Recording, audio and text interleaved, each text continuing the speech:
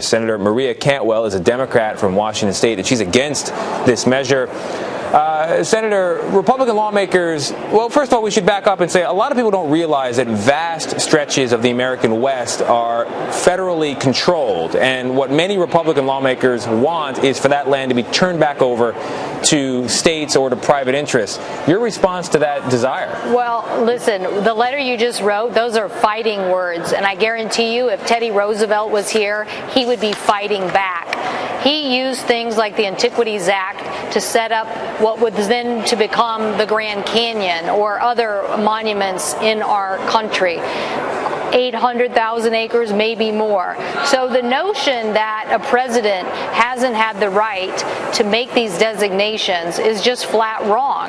They have made them. George Bush made them.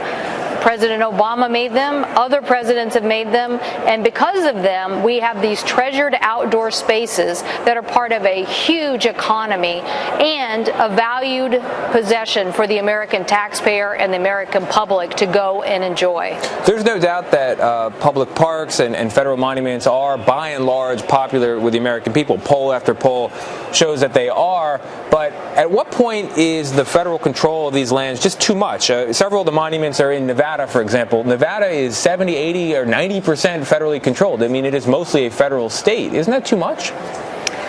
I think what we're talking about is whether you follow the law and follow the process. And I know that maybe the president wishes to not be like Teddy Roosevelt. I know that there are sportsmen's groups who are rethinking their support for Secretary Zinke because they are against this approach. They don't believe that you can use the Antiquities Act in reverse. That's what most legal scholars say. So this is a very wrong-headed approach. So take me into the future a little bit. What do you think is going to happen? How does this play out? Well, we'll see what Secretary Zinke does recommend to the president. We think, as I said, that it's not a lawful path. All of these projects were set up and had a very formal review and input by the public before any kind of decision was made.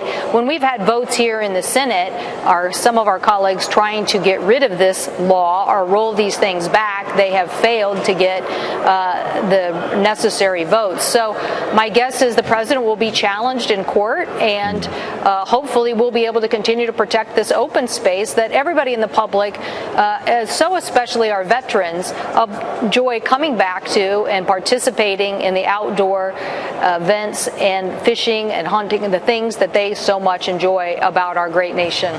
Senator, do you get the impression that the desire to roll back these monuments is about development, business, mining, other efforts, logging? I'm not sure if it's a specific interest or if it is about mining or oil and gas production, but I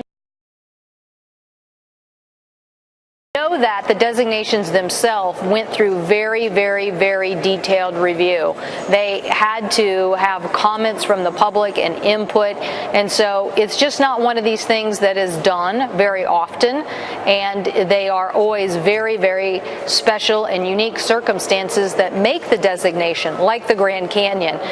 So all of these places are just special to us as a nation. We hold them dear now. I could go back and give you the same kind of quotes when the designations to preserve the Grand Canyon were made, the same kind of uproar, the same kind of frustration, the same, oh, it's too much. And now just think about how many Americans have enjoyed that beautiful part of our country. And of course, there's also the question of if these are turned back over to the state, does the state have the resources to maintain them? Senator Maria Cantwell of Washington State, Senator, thank you very much. Thank you.